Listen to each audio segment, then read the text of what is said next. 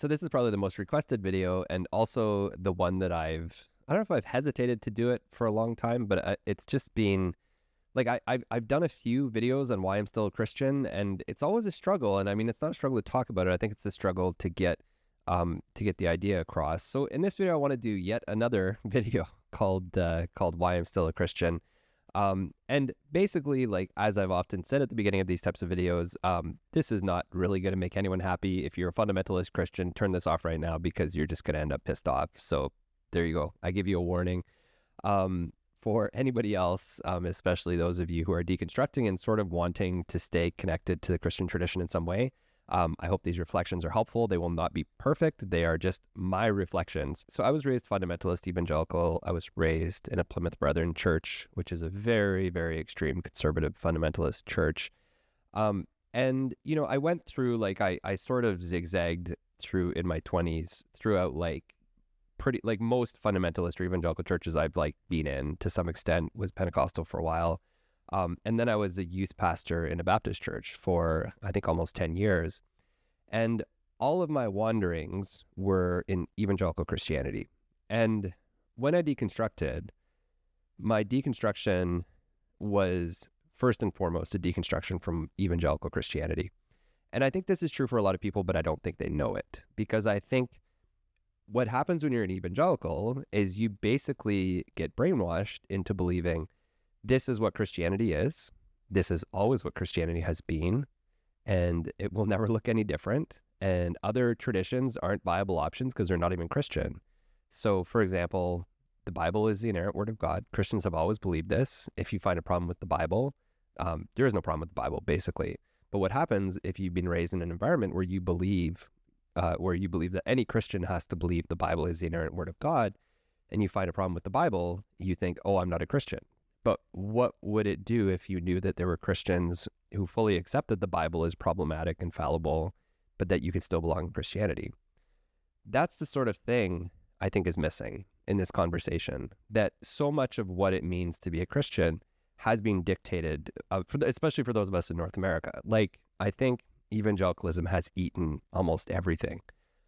Now, there are still mainline traditions out there. Many are struggling, especially in, like, North America, European context. A lot of the mainline traditions are struggling, which is worth another video at some other point. But Catholicism is its own thing. But when I was being raised evangelical, I thought Catholics aren't Christians, mainlines aren't Christians. Other evangelicals are probably confused, but at least they're sort of on the right track. And then we were like God's chosen people doing the right thing. So my deconstruction, the things that pissed me off about Christianity were very, very much about evangelicalism. Now, there came stuff with that about, like, oh, like, I think the Trinity is nonsense and was invented in the 3rd century. Or I think, for example, I have questions about the resurrection and whether it was an actual historic resuscitation of a body or whether it was just people who had visions and tried to make something of it. And anyway, those are, you know, more conversations for more videos. So those are, like, actual Christian questions because they're very core Christian doctrines or beliefs. So that is an important question. But I think for the most part, my deconstruction was pushback against all of the messed up stuff that evangelicalism gave me. Out of evangelicalism flowed the things I had to believe about the Bible. Out of evangelicalism came the belief that I was an insider, uniquely loved by God, and everybody on the outside was not, basically. Out of evangelicalism came the belief that, you know, I had to love the sin or hate the sin with gay people, that I couldn't actually just love people for who they were. Out of evangelicalism came, you know, extremist beliefs about everything from 6-day creationism to human sexuality to, like, there's just so many problems with evangelicalism. And I mean, this is true. Like, I've known Catholics who deconstruct. I know Mormons who deconstruct. Like, Muslims, like, when you deconstruct, you're reacting to the tradition that formed you. So, like, every deconstruction looks different. But a lot of the people I see deconstructing are deconstructing from evangelicalism. That's the first thing I want to say. The second thing, like, after I deconstructed, I was just away from religion for a while, and that was okay. Like, it was actually really good just not to be in a church. One of the first things that made me willing to connect to Christianity again was studying religion.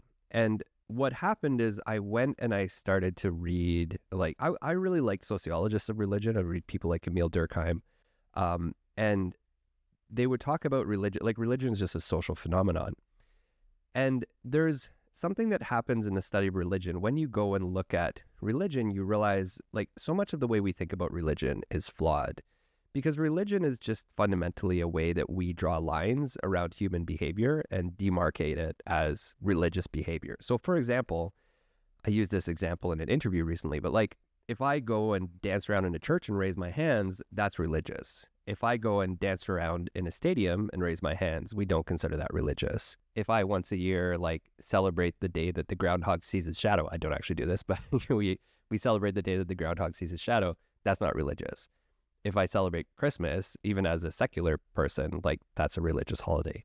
So maybe that's a weird example, but a lot of the things that we do, like when we're naming religion, this was a big push in the study of religion in the 20th century, was realizing like how difficult it actually is to study religion. So if we say religion is, people who have a belief in a higher power, that's not true of all religions. That's not true of like Confucianism. That's not true of like Buddhism.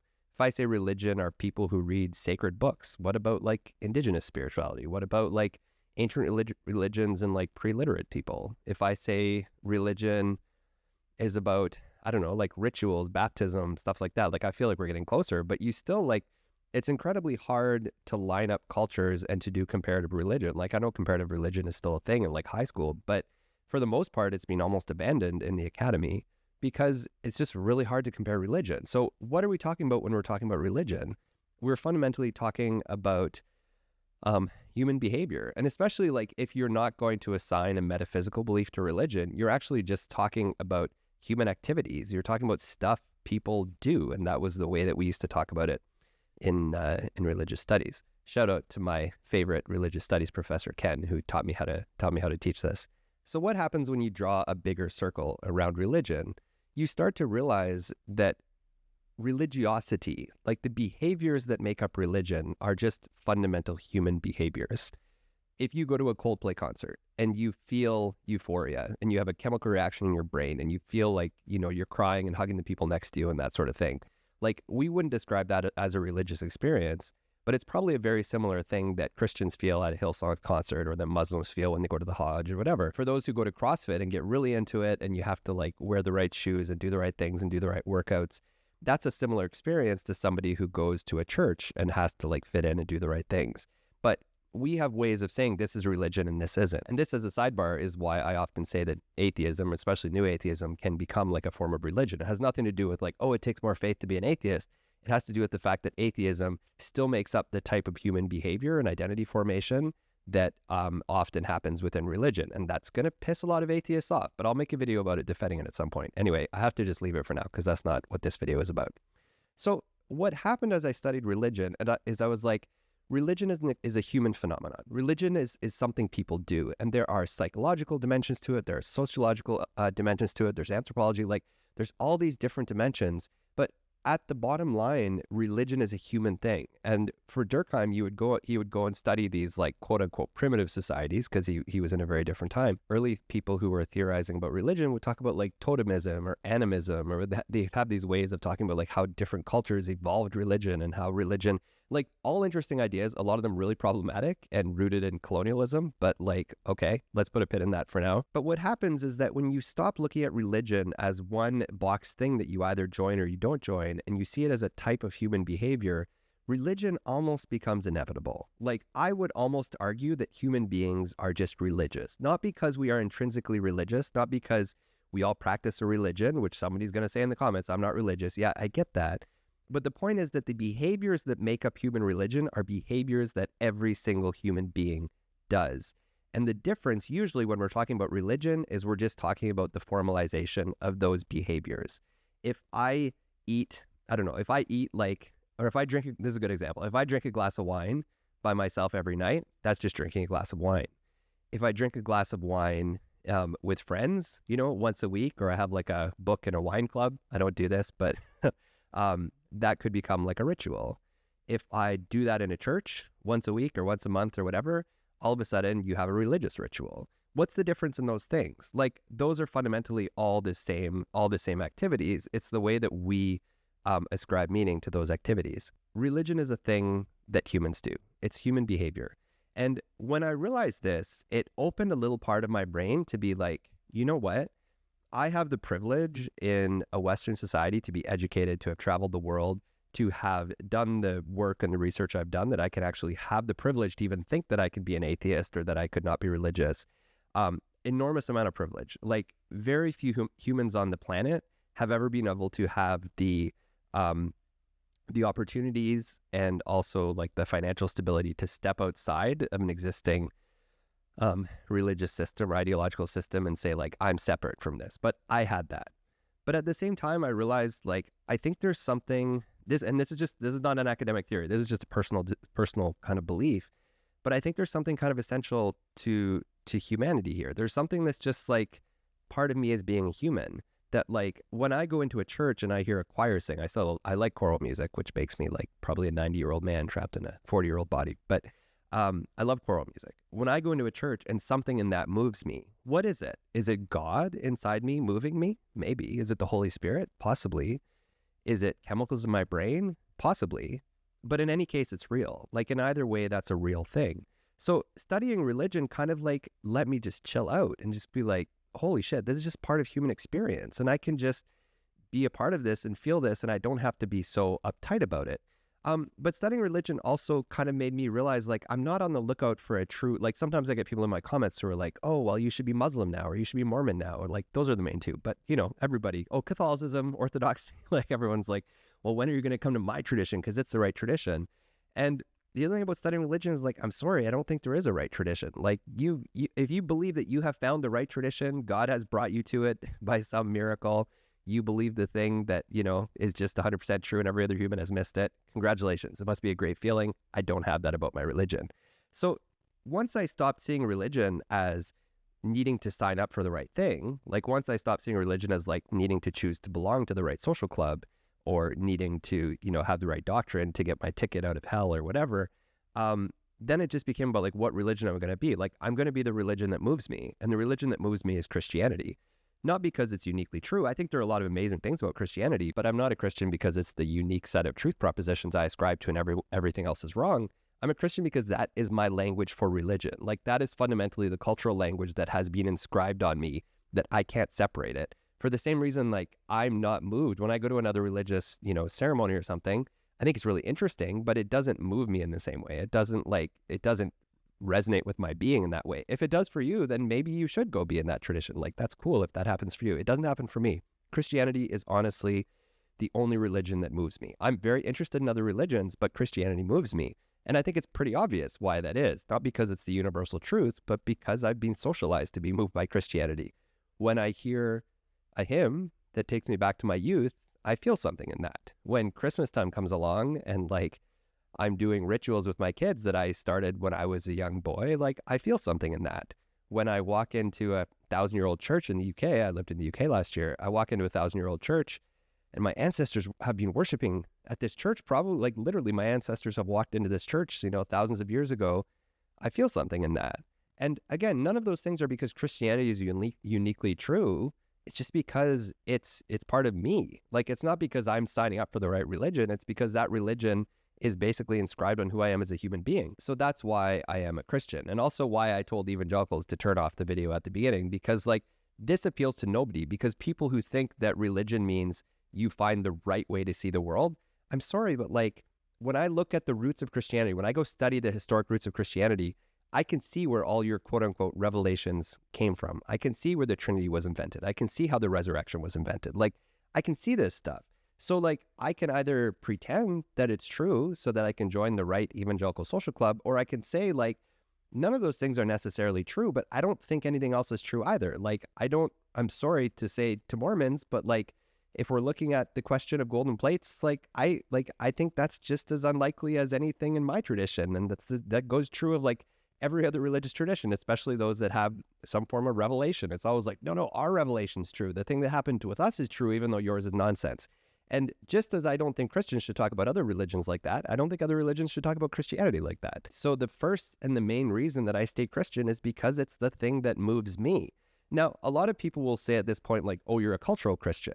And I think there's a fair point to that. Like, I am a cultural Christian in that sense, but there's two things that I don't like about that. First of all, cultural Christian is a dog whistle for a certain type of like European white nationalist identity that I also don't like. So let's not go down that road. Second, and I had somebody say this to me in an interview recently that resonated a lot. It's that there is only culture. All Christianity is cultural. All Islam is cultural. All Mormonism, all Hinduism, fill in the blanks. Like all religion is culture. Religion is fundamentally culture, especially if you take a step back from any metaphysical claims. But even metaphysical claims are like conditioned in culture and in language. So like there is only culture. So that to that extent, yes, I'm a cultural Christian. But we often, I think when Richard Dawkins says cultural Christian, by that what he means is I don't believe in anything spiritual or metaphysical, but I like, going and listening to choir music, probably like me. Like Richard Dawkins is my inner 90-year-old man. The thing is, I'm actually open to the spiritual. I'm actually open to the metaphysical. When I look at what humans do in groups of people, like that thing I talked about when you feel, you walk into a place and you feel something, I'm open to that being a real spiritual thing. I'm open to the possibility of the metaphysical and the spiritual and all that sort of thing. I'm super open to it. I've had things happen in my life I can't explain. I have lost people in a way that has been really heartbreaking and then had weird things happen later. And I don't mean like visitations or anything. I just mean like silly little things. And I'm not even going to say them because then it's going to make this seem ridiculous. Because I'm not like trying to say like, oh, I've seen miracles. Like, no, probably not. Little things that you could easily explain away.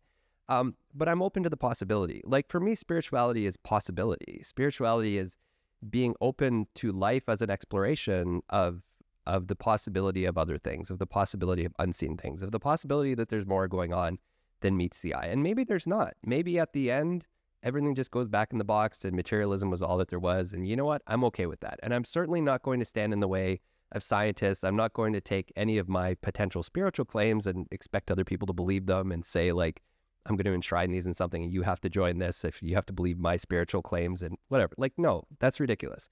That's what religion has done for far too long. I'm really not interested in that. But I am open to the possibility. But how do I understand the spiritual? How do I engage with the possibility of spirituality? Well, for me, it's in Christianity. And it's not, again, not because Christianity has the unique truth to spirituality.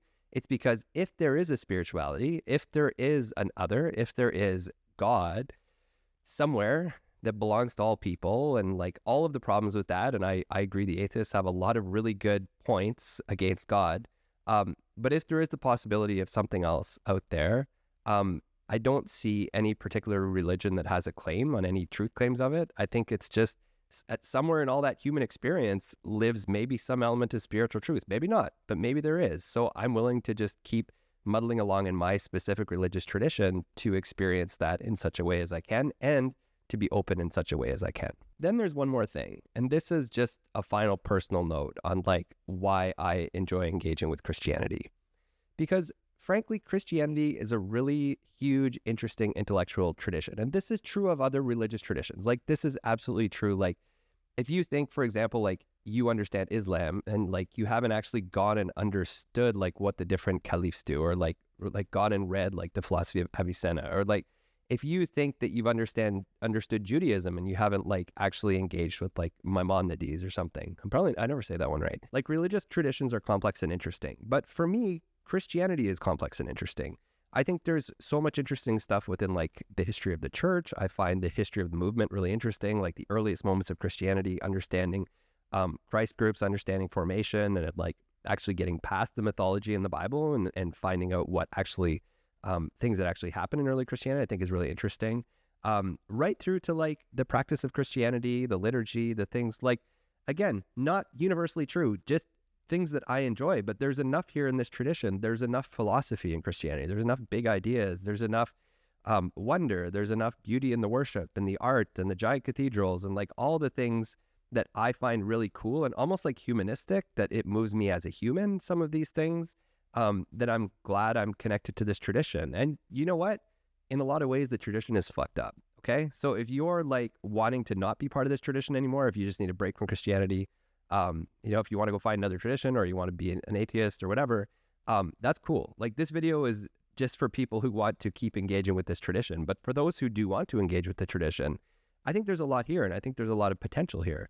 I think the church has gone off the rails in so many different ways. Every denomination, every single like liberals, conservatives, Catholics, Protestants, Orthodox, every single branch of Christianity has fucked up in its own way and has its own fucked up stuff with it. I'm sorry to say, like, there ain't no perfect Christianity, but nor is there any other perfect religion or ideology or anything. There's lots of potential, but religion, like every other ideology, is built with humans, and humans are messy. And for me, when I stay in Christianity, these are the stories that move me. These are the ideas I love to engage with. This is the tradition I like to be rooted in. This is the liturgy I come back to. This is the music I listen to when I want to feel something. And you could talk about Christianity and the history of Western civilization, which I think is a worthy conversation and does get into some muddy areas at some points. But I think there's things to be said for some of the good things Christianity has produced and created. And there's going to be somebody who says, like, it's created a lot of fucked up, awful shit. I concur. Like, I'm not trying to explain that away. I'm not trying to negate it. It has. I think it's done some absolutely terrible things too. So yes, that's important. So wrapping up, just to kind of recap, I said religion could be inevitable, might just be a human thing, but religion isn't really one thing. It's just made up of human behaviors. For me, Christianity is the religion that moves me. It's not because it's the true religion per se, but it's the one that I belong to. And that's going to make some people unhappy, and maybe, hopefully, it gives some people some hope. Because at the end of the day, the reason I started this channel was because I wanted to talk about this. And it was weird being a person who, like, I think about Christianity a lot. I care about it a lot. I've done all the studying. I still think about it a lot. And then to be like, well, you can't talk about it unless you live within like a box of fundamentalism or evangelicalism, like unless you believe the right things, unless you go join the Catholic Church and then you can talk about it. But like, the truth is, like, to me, this is a part of being human. And because this is a part of me being human, I didn't choose Christianity. I didn't get to say that it's like, the reason why it's choral music that moves me, the reason why I'm moved by like the Anglican prayer book is exactly because I was socialized the way I was socialized. And even though I did have a conversion experience at the age of 7, in a very real way, I was born Christian. I was born into a society that formed me. I was born into a family that formed me to believe that everything that matters is Christianity, to believe that the way we engage with the unseen realm is Christianity, to believe that the things that move me should be Christianity, to like all these things, fill in the blanks. And if that's true for you too, I guess like the good news is like, go do it. Like, if you want to engage with this tradition in a way, I think like it can be hard to find the right community for that. And if you're in a like messed up community that's trying to like impose, toxic denominationalist nonsense on you, like try and get out of that if you can.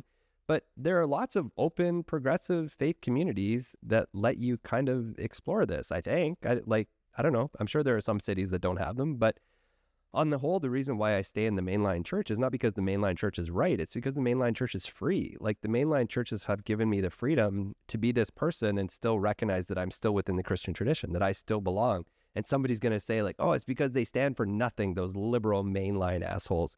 And like, in a way, there's some truth in that. But the point is, like, they don't stand for things that don't need to be stood for. Like, if you're complaining about, for a fundamentalist complaining because evangelicals don't like, or sorry, the mainlines don't like agree that the Bible is inerrant. Well, yeah, it's not inerrant. It's plainly not inerrant. So like, instead of dying on that hill, what if we recognize that we just have to make our peace with that and move on? That's what I like about the mainline church. So maybe part of your journey will be finding a different Christian faith tradition, and there doesn't have to be mainline. You find the one that works for you, and I'm happy with that. At the end of the day, this is your journey. But I think for a lot of us, it's just really being open to the thing, like, this is something that still moves us. This is something we're still open to. This is a part of our life. Maybe if you've spent a life in it, that you don't just want to like close the chapter and say like, that was all a waste and now I'm an atheist. You want to be like, what can I salvage from this? What can I still use? Like, can I just give myself permission to still be a Christian? And I think based on me and like what I've read and what I believe, the Christian tradition, I've said this a lot, it's an enormous tradition. There are so many heretics among quote unquote heretics in the Christian tradition that like, you kind of actually, if you look at this, you see that it's big enough for a lot of different people and a lot of different ideas, even ideas that your church probably doesn't even know exist within the Christian tradition. Go experience mysticism.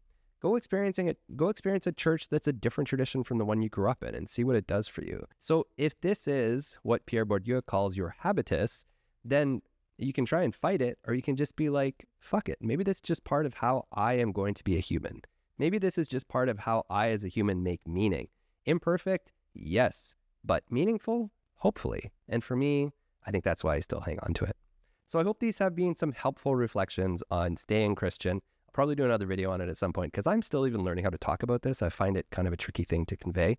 But yeah, I hope this was helpful. Do leave some comments down below, questions. Let me know what you think. I'd love to know where your journey has taken you. And I know from reading comments and emails that there are a lot of people whose journey into Christianity or staying in Christianity doesn't fit within any kind of box, that it's messy. I think that's okay. I think that's kind of cool. And I think in the reality of the modern world we live in, trying to follow an ancient religion is it's going to be messy like that. And anybody who doesn't let it be messy, to me is actually just kind of sad and is missing out on what it actually needs to happen. Do subscribe if you haven't done so yet. I talk about ancient Christianity and a little bit about modern Christianity. So that's it for today. I'll see you next time.